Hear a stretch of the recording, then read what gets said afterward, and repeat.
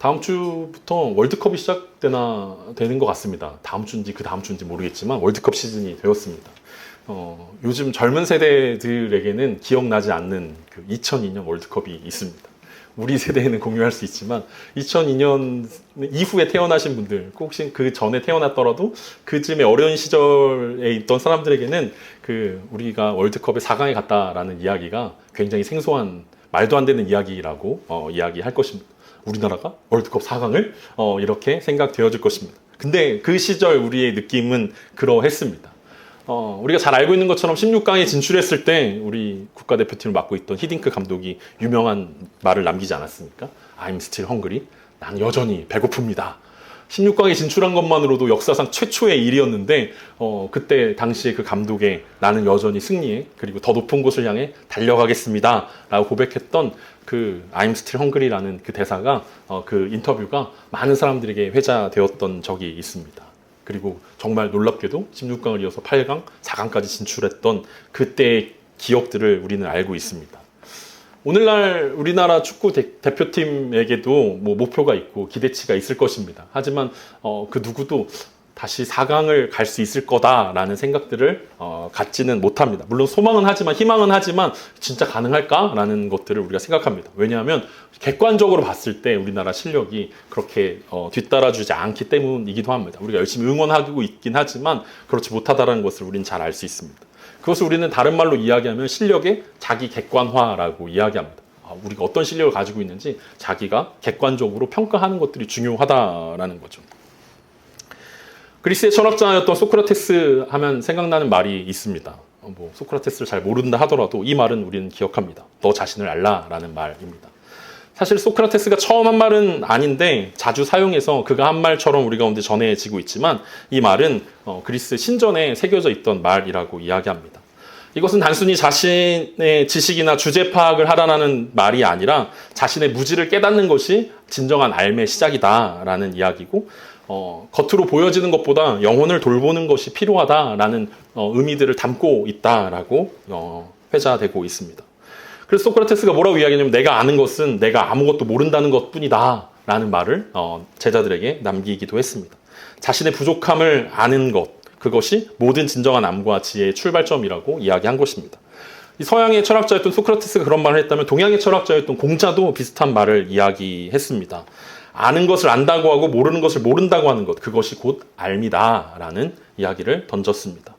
그리고 오늘날 우리는 이것을 메타인지라고 부릅니다. 자신의 생각과 지식과 행동 과정을 한 차원 높은 과정에서 관찰하고 통제하는 인지에 대한 인지 능력들을 메타인지라고 이야기하는 것입니다. 그래서 앞서 제가 국가대표팀 이야기를 했던 거, 우리 국가대표팀의 객관적인 실력이 어느 정도인지 제대로 알고 파악하고 있어야 우리가 그 다음 목표를 향해서 달려갈 수 있는 것, 그것이 메타인지로 우리가 바라봐야 하는 현상일 수 있습니다. 우리 스스로에게도 마찬가지일 것입니다. 내가 어떤 사람인지, 내가 어떤 실력을 가지고 있고, 내가 어떤 것을 장점을 가지고 있고, 어떤 단점을 가지고 있는지를 알고 있어야만 막연하게 나는 연예인이랑 결혼할 거야. 나는 서울대 갈 거야. 나는 복권에 당첨될 거야. 나는 다 잘 될 거야. 라고 생각하지 않고 객관적으로 내가 한 단계 더 업그레이드하고 성장하려면 어떻게 해야 되는지를 스스로를 돌아보고 알고 있어야만 가능하다라는 거죠. 내가 무엇을 알고 무엇을 모르는지 아는 것에는 일반적인 상식적인 이야기들 뿐만 아니라 신앙적으로도 마찬가지 이야기일 수 있습니다. 우리는 자연스럽게 신앙생활을 하다 보면 내가 많이 알고 있는 것처럼 느껴질 때가 많이 있습니다. 그리고 자연스럽게 이쯤이면 꽤 괜찮은 거 아니야? 라고 안주할 때가 많이 있습니다. 신앙 연수가 늘어날수록 우리는 자꾸 뭔가를 많이 안다라고 생각합니다. 많이 들어본 적은 있었을 것입니다. 그런데 지난주 말씀했던 것처럼 우리의 삶은 그냥 단순히 지식적인 삶을 이야기하는 것이 아니라 경험적인 삶이어야 한다라고 말씀드렸습니다. 하나님의 선하시고 인자하심을 머리로 아는 것과 직접 맛보아 아는 것에는 분명한 차이가 있기 때문에 그렇습니다. 그런가 하면 또 한편으로는 우리가 신앙생활이 오래되면 오래될수록 나 다 그거 다 해본 것들인데 다 해봤는데 별로 쓸모없는데 라는 생각들이 들기도 합니다. 다 안다라고 생각하는 것, 그리고 다 해봤는데 별거 아니라고 생각하는 것, 이렇게 생각하는 것이 메타인지가, 신앙에 있어서 메타인지가 떨어진다라고 이야기할 수 있습니다. 말해놓고 보니 이게 딱 제 모습은 아닌가라는 생각이 듭니다. 난데? 저도 다 안다고 생각하고 다 해봤다고 생각했는데 사실은 그게 메타인지가 부족해서 나오는 생각입니다. 자기 객관화가 덜 돼 있다라는 것입니다. 외적으로 보여지는 것에만 치중해서 결국 내면의 영혼의 소리를 잘 듣지 못하고 있는 것입니다. 마음이 병들고 영혼이 병들어감에도 외형적으로 보여지는 것에만 만족하고 시간이 지나가는 것에 안주하게 되는 것. 이것을 우리는 영적 성장을 가로막는 가장 큰 장애물이라고 부르고 성경에서는 그것을 교만이라고 이야기합니다. 그러니까 자기 객관화가 잘 되지 않는, 메타인지가 잘 생기지 않는 이유는 교만하기 때문이고, 교만은 우리를 스스로에게 내가 어떤 사람인지, 내가 어떤 존재인지 제대로 보지 못하게 가로막는 가장 큰 장애물이라고 이야기할 수 있습니다. 바울은 지난주에 자기의 의로움이 아니라 하나님으로부터 그리고 예수 그리스도를 믿는 믿음으로부터 의로움을 경험했다라고 이야기합니다. 그리고 이어지는 이야기를 통해서 다시 한번 진지하게 자신의 삶의 목적을 고백하고 있습니다. 이것은 교만에서 기쁨을 잃어버린 빌립보 교인들에게 하나의 경고의 메시지가 되었습니다. 우리의 사부님이신 그리고 우리 교회를 개척했던 대사도 바울님께서 이렇게 말씀하시는데 감히 우리가 교만해선 되겠는가? 감히 우리가 다 이루었다고 해서 되겠는가? 감히 우리가 다 얻었다라고 고백할 수 있는가에 대한 궁금증이 그들 가운데 솟아날 수밖에 없는 장면이기도 합니다. 오늘 이 말씀을 통해서 우리는 스스로의 신앙의 상황을 점검할 수 있었으면 좋겠습니다. 그리고 그리스도인으로 살아간다는 것이, 그리고 우리 삶의 목적이 예수 그리스도다, 하나님의 영광을 위해 살아갑니다 라고 이야기하는 것이 진정으로 우리 가운데 의미하는 것이 무엇인지 함께 살펴보는 시간이었으면 좋겠습니다. 먼저 오늘 본문 12절입니다. 내가 이미 얻었다 함도 아니요 온전히 이루었다 함도 아니라 오직 내가 그리스도 예수께 잡힌 바 된 그것을 잡으려고 달려가노라. 첫 번째, 바울이 가지고 있었던 그 삶의 모양, 그리고 하나님을 향한 신앙의 모습은 거룩한 불만족에 있었습니다. 그는 그리스도께 잡힌 바 된 그것을 잡으려고 달려간다라고 자신의 현재 영적인 상태에 대해서 고백합니다. 자신의 앞서 이야기했던 히딩크 아저씨가 고백했던 것처럼 여전히 배고프다라는 고백이 바울의 고백이었습니다. 바울보다 더 뛰어난 영적인 경험을 했던 사람이 아무도 없었음에도 불구하고 바울만큼만 살아도 우리 가운데 바울만큼만 살았으면 진짜 좋겠다라고 생각할 수 있음에도 불구하고 바울은 전혀 그렇게 이야기하지 않습니다. 나 정도? 아닙니다. 우리의 목적은, 우리의 목표는 예수 그리스도에 있습니다 라고 이야기합니다. 그래서 바울이 뭐라고 이야기하면 내가 이미 얻었다거나 혹은 이미 이루어졌다라고 이야기하는 것도 아니고 얻은 것도 없고 이루어진 적도 없었기 때문에 나는 지금 쫓아가고 있습니다 라고 고백하고 있습니다. 재밌는 것은 이 세 가지 표현이 각각 다른 그 동사의 시제를 가지고 있다라는 것입니다. 첫 번째 그 동사는 얻은 것도 없습니다 라고 이야기하는 것은 과거형입니다. 그러니까 한 번도 얻은 적이 없다라고 이야기합니다. 두 번째로는 이루어진 적도 없습니다 라는 현재 그 완료형으로 사용하고 있습니다. 그러니까 자기가 뭔가 경지에 이르렀다라는 것도 아니라는 것입니다. 그래서 마지막 지금 달려갑니다 라는 것은 현재 진행형으로 고백하고 있습니다.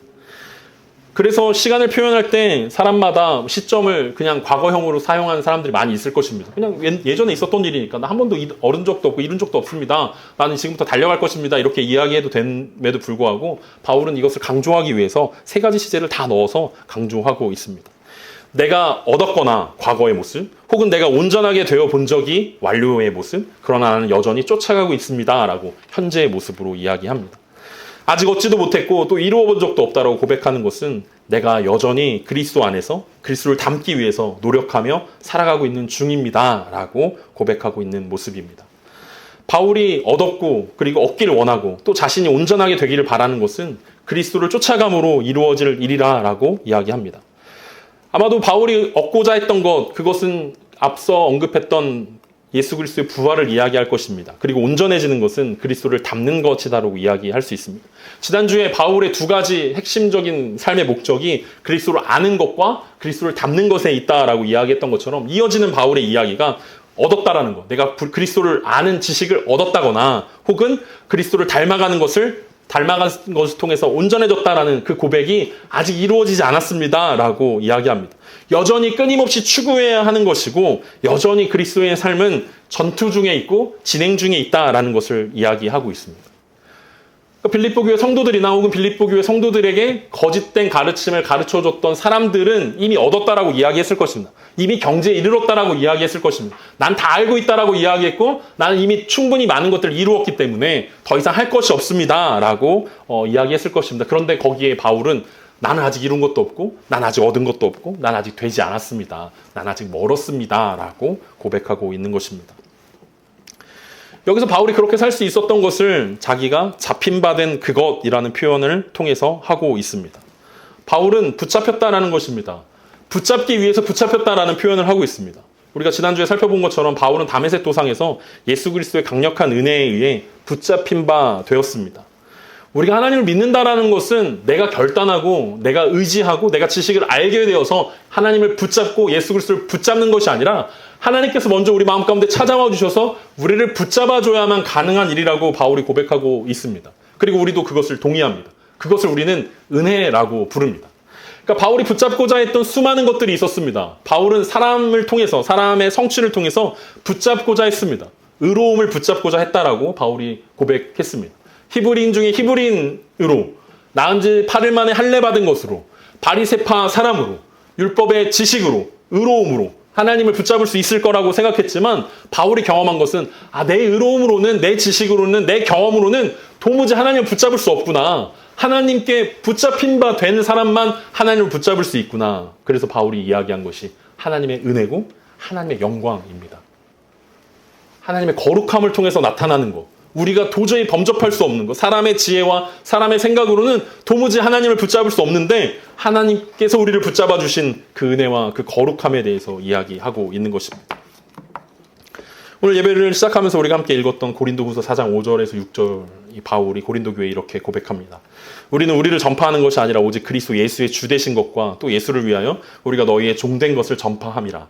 어두운 데서 빛이 빛이라 말씀하셨던 그 하나님께서 예수 그리스도의 얼굴에 있는 하나님의 영광을 아는 빛을 우리 마음에 비추셨느니라. 바울이 왜 이렇게 변할 수밖에 없었냐면 그리스도의 얼굴에 있는 하나님의 영광의 빛을 바울에게 비춰주셨기 때문에 바울은 자신이 가지고 있었던 세상의 영광을 다 버릴 수 있었습니다. 사람의 힘으로, 사람의 지식으로, 사람의 노력으로 얻을 수 있다라고 생각했던 그 모든 것들이 하나님 앞에 서게 되니까 아무것도 아니라는 사실들을 그가 깨닫게 되었습니다. 하나님의 거룩하심 앞에 서게 되니까 하나님의 영광의 빛이 그 가운데 비춰주셨는데 그 영광의 빛을 경험하고 나니까 자기가 진짜 세상에서 가장 완벽하고 가장 뛰어나다라고 생각했던 그 모든 것들이 바울의 고백처럼 배설물밖에 되지 않는다라는 사실들을 그가 깨닫게 되었다는 것입니다. 예수 그리스도 그리고 부활이라는 것은 사람의 지혜로는 도무지 생각해낼 수 없는 지혜였고 사람의 생각으로는 도무지 해낼 수 없는 것들이었습니다. 누가 사람이 부활한다라고 생각할 수 있었겠습니까? 뛰어난 학자들도 뛰어난 그 현인들도 아무도 부활이라는 것들을 생각해보지 못했습니다. 하나님이신 예수 그리스도가 어떻게 인간의 몸을 입고 이 땅 가운데 오셔서 인간의 죄를 대신해서 죽는다라는 생각들을 누가 감히 할 수 있었겠습니까? 아무도 그 생각에 이를 수 없었다라는, 거룩하신 하나님만이 그 생각을 할 수 있었고 거룩하신 하나님만이 그 구원의 계획들을 이루실 수 있었다라는 거고, 그리고 바울이 그것을 통해서 하나님의 무릎을 꿇을 수밖에 없었던 그 사실들을 우리가 생각합니다. 그래서 바울은 그것에 붙잡혔다라고 이야기합니다. 하나님의 그 압도하는 그 지혜 가운데, 하나님의 압도적인 거룩함 가운데, 하나님의 압도적인 공의로움과 그 사랑 가운데 붙잡혔습니다. 그래서 하나님께서 바울을 붙잡고 그 바울의 삶을 바꿔주지 않았습니까? 우리가 사도행전을 묵상하면서 함께 살펴봤던 것처럼 하나님은 사도 바울을 사도로 부르셨습니다. 그것은 더 이상 자신을 위해 사는 인생이 아니라 다른 사람을 위해 살아가는 인생이라고 붙잡았다는 것입니다. 하나님이 자신의 만족과 유익을 위해 살아가라고 바울을 부르신 것이 아니라 너 이제 세상 가운데 나아가서 네가 얼마나 하나님을 많이 아는지, 네가 은사가 얼마나 많은지, 방언을 얼마나 많이 말할 수 있는지, 예언을 얼마나 잘하는지, 얼마나 사람들을 잘 치유하는지 세상 가운데 보여줘 라고 바울을 부른 게 아니라 그 은사들을 통해서 세상을 섬기고 사람들을 섬기라고 하나님께서 부르셨습니다. 그리고 그것이 바울의 삶의 목적이 되었습니다. 구원은 전적인 하나님의 은혜로 시작되었고, 그리고 구원받은 바울은 전적인 하나님께 붙잡혔다라고 고백하면서 붙잡힌 것을 달려감으로 완성시키겠다라고 고백하는 것입니다. 바울이 붙잡으려고 했던 그것은 무엇입니까? 앞서 이야기했던 8절부터 11절까지 이야기했던 모든 것을 바울이 그것이라고 오늘 표현하고 있습니다. 바울의 삶의 목적은 8절에서 이야기했던 그리스도를 얻는 것이었고 9절에서 이야기했던 그리스도 안에서 발견되는 것이었고 10절에서 언급했던 그리스도를 아는 것, 그리고 부활의 권능을 경험하는 것, 그리스도의 고난에 참여하는 것, 그의 죽으심을 본받는 것, 그리고 부활에 이르는 것. 이 모든 것이 바울이 붙잡으려 했던 그 하나였고 결국 한 단어로 우리는 그리스도라고 이야기할 수 있습니다. 바울이 얻고자 했던 그것, 붙잡으려 했던 그것이 뭐냐면 난 정말 예수 그리스도를 붙잡고 싶습니다. 그분을 아는 것이 내 삶의 목적이고 그분을 닮는 것이 내 삶의 목표고 그분과 완전히 연합되어지는 것이, 그래서 부활의 영광에 참여하는 것이 내 삶의 목적입니다. 라고 고백하고 있습니다. 그래서 이 12절의 말씀을 쉽게 풀어 이야기하면 이렇게 고백할 수 있습니다. 주님이 나를 붙잡으신 목적이 있습니다. 나는 아직 그 목적에 완전히 도달하지 못했습니다. 그러나 그 목적을 붙들기 위해 나는 오늘도 전력을 다해 달려갑니다. 그러니까 바울은 지금까지의 삶을 통해서 충분히 은퇴가 가능한 나이 아니었습니까? 그런 상황 아니었습니까? 바울이 그동안 4번이나 전도 여행을 감당하면서 수많은 고통과 고난과 핍박을 받았던 사람입니다. 그가 이루었던 수많은 교회들, 개척했던 수많은 교회들이 있고 수많은 영혼들을 살리기도 했습니다. 근데 하나님께서는 아직 끝나지 않았다라고 이야기합니다. 바울에게 너의 삶이 아직 끝나지 않았어. 그럼 아직 그 목적을 위해서 달려가야 하는 거야. 그래서 바울도 여전히 달려가고 있다라고 이야기하고 있습니다. 과거의 구원 경험에, 과거의 어떤 성취에 머물러 있는 것이 아니라 더 큰 성취와 더 큰 목적을 향해서 달려가겠다라고 이야기하고 있습니다. 그러면서 그 12절 말씀을 구체적으로 설명하는 게 13절과 14절의 말씀입니다. 형제들아, 나는 아직 내가 잡은 줄로 여기지 아니하고 오직 한 일, 즉 뒤에 있는 것은 잊어버리고 앞에 있는 것을 잡으려고 표대를 향하여 그리스도 예수 안에서 하나님이 위에서 부르신 부름의 상을 위하여 달려가노라. 12절에서 바울이 언급했던 것은 거룩한 불만족이었다면, 또 주님을 향한 갈망이었다면 13절과 14절에서 바울이 이야기하고 있는 것은 단순한 집중일 것입니다. 뒤에 있는 것은 잊어버리고 목표를 향해 앞으로 달려가는 바울의 모습들을 보여줍니다. 첫 번째로 바울은 뒤에 있는 것은 잊어버리겠다라고 고백합니다. 바울이 말하는 잊어버리기로 한 것은 두 가지의 것들을 생각해 볼 수 있습니다. 하나는 실수와 실패의 기억입니다. 바울의 찬란했던 업적에 가리워서 우리가 생각하지 못하지만 바울도 사람이었습니다. 그래서 바울은 크고 작은 실수들과 실패에 대한 경험들이 있었습니다. 전도여행 중에 바나바와 크게 다투기도 했고 그래서 헤어지기도 했습니다. 여러 파벌들이 나누어지는 모습들을 보면서 슬퍼하기도 했습니다. 마가를 데려가는 문제 때문에, 그러니까 마가가 중간에 떠났다라는 것은 아마 마가와의 관계 안에서도 큰 갈등이 있었다라는 것들을 우리 가운데 이야기합니다. 그의 가르침을 받았던 교회들이 바울의 사도권 문제 때문에 바울을 공개적으로 저격하고 반기를 들기도 했습니다. 많은 사람들이 바울의 가르침을 오해하고 율법주의에 빠져버린 성도들도 있었고 수많은 사람들이 바울을 배신하고 세상으로 돌아갔던 모습들도 있었습니다. 그리고 가장 바울을 가슴 아프게 했던 후회는 그가 이런 실수와 실패를 후회하는 것이었습니다. 밤마다 얼마나 그 실패와 실수들을 후회했겠습니까? 아, 그때 내가 좀 더 잘했으면, 아, 그때 내가 조금 더 잘해줬으면, 좀 더 따뜻하게 말해줬다면, 내가 좀 더 그때 잘 가르쳤다면 그들이 하나님의 복음을 잘 받아들였을 텐데 라는 그 후회와 그 실수의 순간들이었을 것입니다. 근데 그 큰 걸림돌을 바울은 잊어버렸다라고 말하고 있습니다. 더 이상 그 실수와 실패들을 생각하지 않겠다라고 말합니다. 바울이 이렇게 고백하는 것은 그 이전의 것들이 자꾸 자기의 발목을 잡아들이려 할 때, 자꾸 자기를 객관적이지 못하게 자기를 바라보려고 할 때, 그 실수들이 크게 느껴지고 그 실패들과 상처들이 더 자기를 막 짓누르려 할 때 바울은 그리스도 예수 안에서 결코 정죄함이 없다라는 하나님의 말씀을 암송하며 그 모든 것들을 뛰어넘을 수 있었다라는 것입니다. 오늘 우리가 자기 객관화를 하기 위해서 우리 가운데 필요한 것들이 있다면 바로 이런 것일 것입니다. 예전에 실수했던 거, 예전에 우리가 실패했던 거, 여전히 우리 마음 가운데 남아있는 상처와 어려움들, 그게 자꾸만 우리 가운데 너무 크게 느껴진다는 거죠.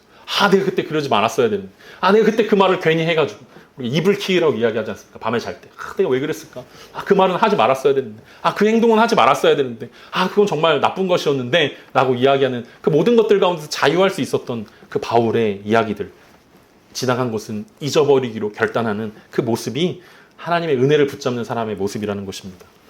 그런가 하면 바울이 잊어버리기를 원하는 것은 이전의 영광이었습니다. 실패와 좌절, 상처만 잊어버리겠다고 하는 것이 아니라 성공과 영광도 바울은 잊어버리겠다라고 이야기하고 있습니다. 바울은 목숨을 걸고 4번이나 전도여행을 떠났고 그곳에서 만난 수많은 사람들을 가르치며 전파하고 수많은 교회들을 세웠습니다. 그는 하나님의 은혜와 은사로 말미암아 수많은 은사들을 가지고 있는 사람이었고 천국을 경험해 보기도 하였던 사람입니다. 수많은 기적의 주인공이기도 했습니다. 하지만 그가 그런 성공의 경험을 고집하지 않기로 했습니다. 바울은 지금 감옥에 갇혀 있습니다. 그가 가진 엄청난 노하우들과 경험들이 오히려 그의 발목을 잡을 수 있기 때문에 바울은 로마에 갇혀서 새로운 방법으로, 새로운 모습으로 새롭게 사역하기를 원합니다.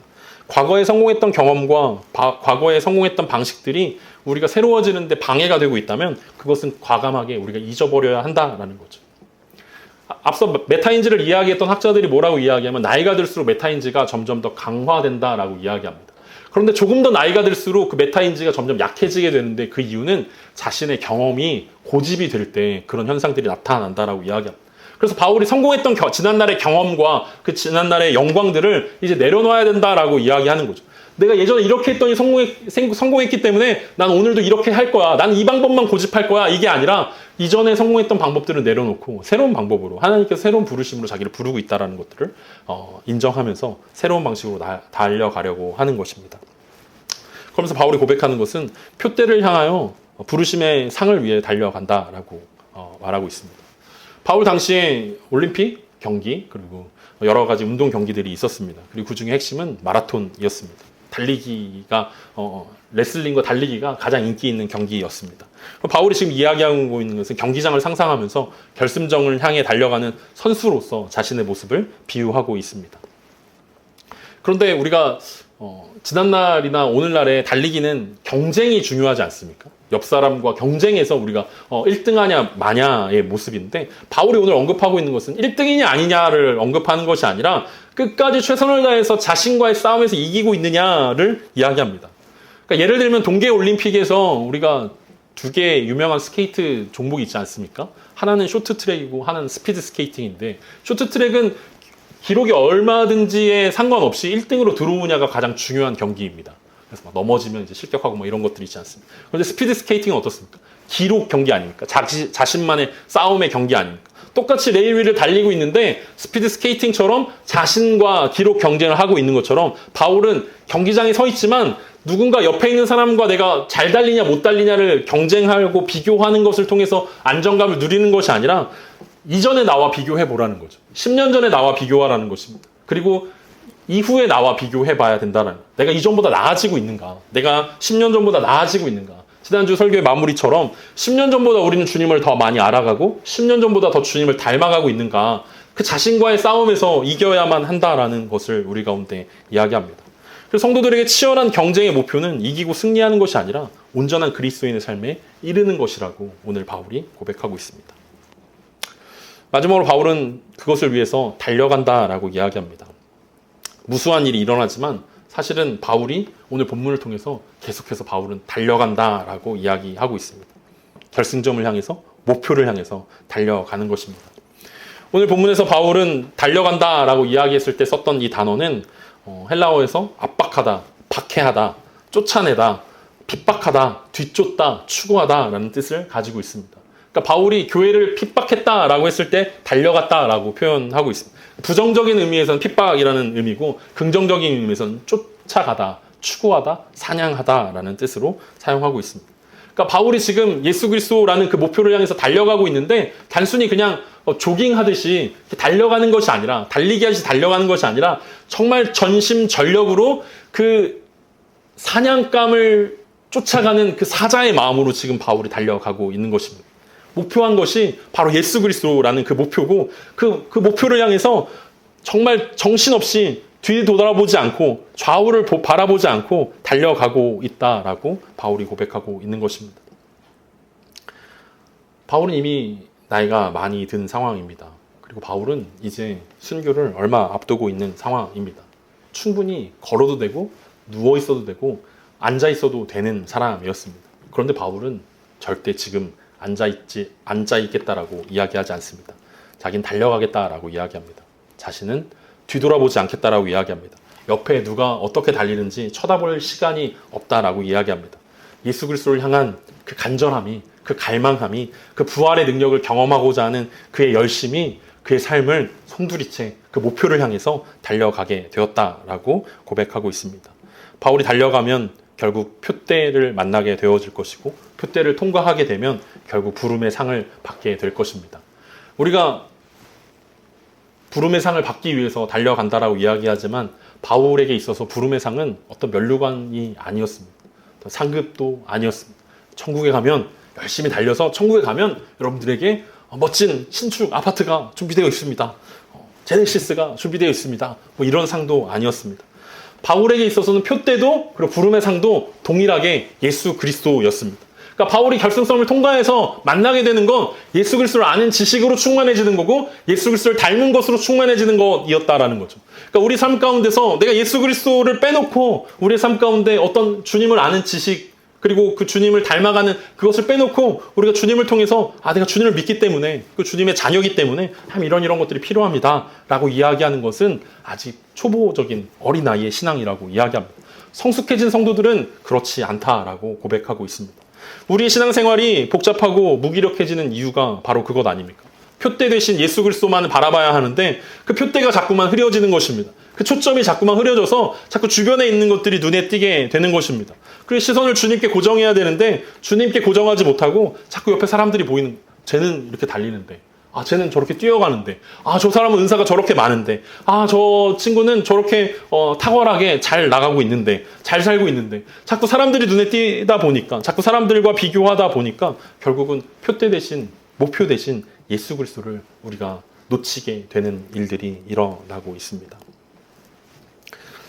시간이 많이 갔지만 15절과 16절까지 보고 마무리하겠습니다. 그러므로 누구든지 우리 온전한 이룬 자들은 이렇게 생각할지니 만일 어떤 일에 너희가 달리 생각하면 하나님이 이것도 너희에게 나타내시리라. 오직 우리가 어디까지 이뤘든지 그대로 행할 것이라. 마지막으로 바울은 성숙한 자의 태도로서 자신의 삶들을 바라보고 도달한 데까지 일관되게 행하라라고 이야기합니다. 앞서 이야기했던 것처럼 바울이 달린다라는 것은 옆 사람과 비교하지 않는다는 것들이었는데 바울이 지금 고백하고 있는 것, 온전히 이룬 자들이라고 이야기하면서 자신은 이미 온전히 이루어지 못했다라고 이야기하면서 온전히 이룬 자들에게 권면합니다.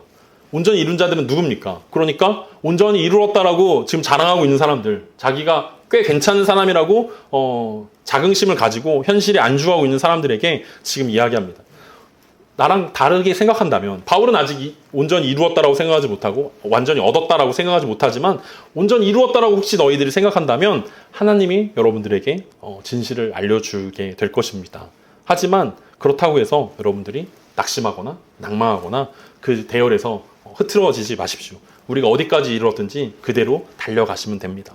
그러니까 바울은 성숙한 그리스도인의 모습들이 계속해서 성장하는 모습들로 이야기합니다. 그러니까 바울처럼 아직 이루지 못했다라고 생각하는 사람도 있고 바울과 달리 나는 이미 이루었어. 나는 꽤 괜찮은 사람이야 라고 안주하는 사람들도 있었지만 하나님께서 그들에게 새로운 지식들을 알려주시고 그들을 이끄실 것이다 라고 이야기합니다. 그게 바로 바울이 앞에서 고백했던 붙잡힌 바 된 은혜라고 이야기합니다. 하나님께서 하나님의 은혜로 그들을 붙잡았기 때문에 하나님은 끝까지 그들을 이루실 것입니다. 아직 바울처럼 생각하지 못하지만 언젠가는 바울처럼 생각하게 될 것이고 그것이 끝이 아니라 온전히 예수 그리스도의 장성한 분량에 이를 때까지 하나님께서 이끌고 계시다라고 이야기하고 있습니다. 자신이 아직 완성되지 않았음을 인정하고 계속 달려가는 것이 가장 성숙한 사람의 모습일 것입니다. 만약 교회 안에서 누군가가 교만해져서 다른 생각들을 가지고 있다면 바울은 그들을 향해서 억지로 정죄하거나 내가 잘못됐어 라고 이야기하지 않고 성령님께서 그들에게 새로운 지혜와 진실들을 조명해 주실 것을 부탁하고 있습니다. 결론적으로 마지막에 바울은 이 경주에 실천적인 지침을 내려주고 있습니다. 어디까지 이르렀든지 그대로 행할 것이라. 누군가와 경쟁하는 것이 아니기 때문에 각자의 신앙의 경주를 지금 달려가고 있습니다. 바울처럼 성숙한 생각을 가지고 있을 수도 있고 아직 미성숙한 사람일 수도 있습니다. 근데 중요한 것은 이 그대로 행하다라고 번역된 이 단어가 군대에서 사용하는 대열을 맞춰 행진하다라는 뜻을 가지고 있습니다. 그러니까 바울과 함께 지금 달려가고 있는 사람들은 각각 신앙의 수준들이 다르다라는 거죠. 다른 생각들을 할 수 있다는 것입니다. 한 마음과 한 뜻을 품으면 좋겠지만 그럴 수 없는 상황이라는 것들을 알고 있습니다. 그런데 영적인 원리 중에 하나, 중요한 영적 원리 중에 하나는 우리가 다른 사람과 비교해서 얼마나 빨리 달리냐, 얼마나 앞서 있냐 이런 것을 생각하는 것이 아니라 그 대열에서 흐트러지지 않는 것.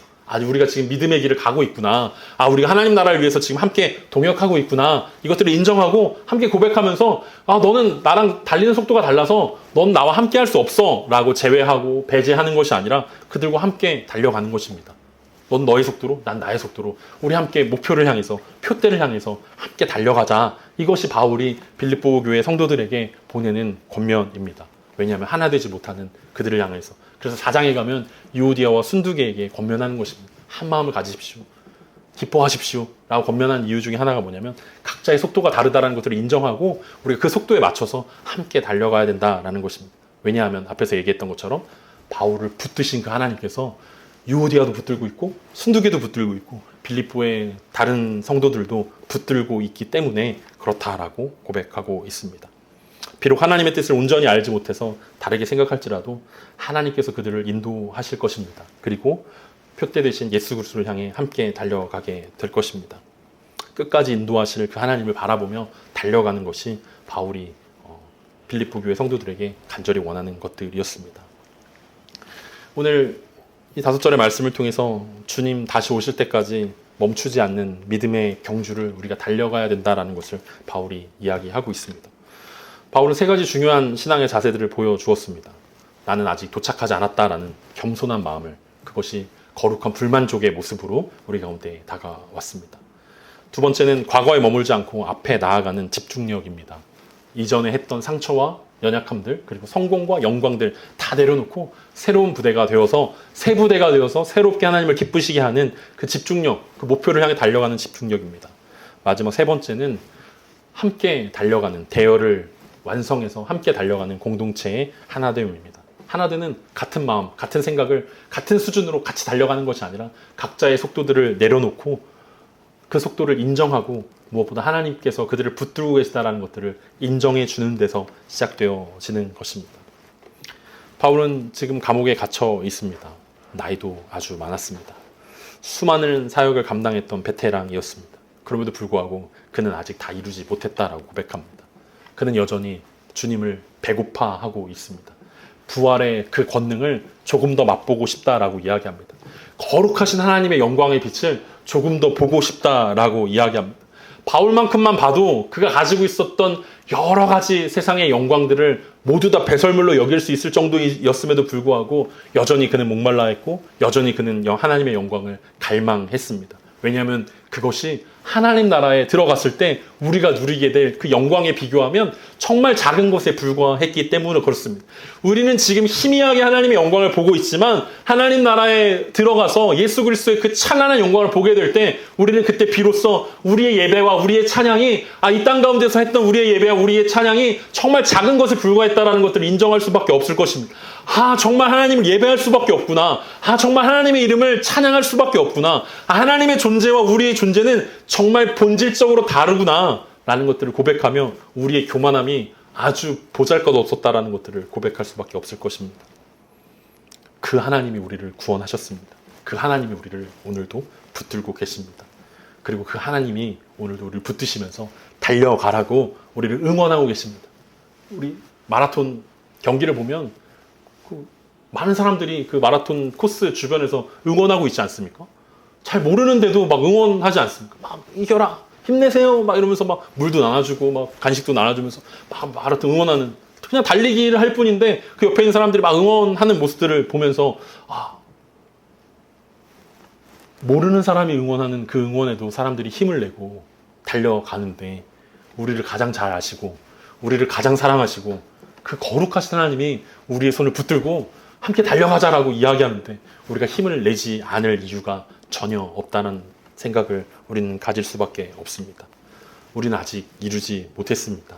우리는 아직 얻은 것도 아닙니다. 과거의 영광도 과거의 상처도 십자가 아래 묻어 두십시오.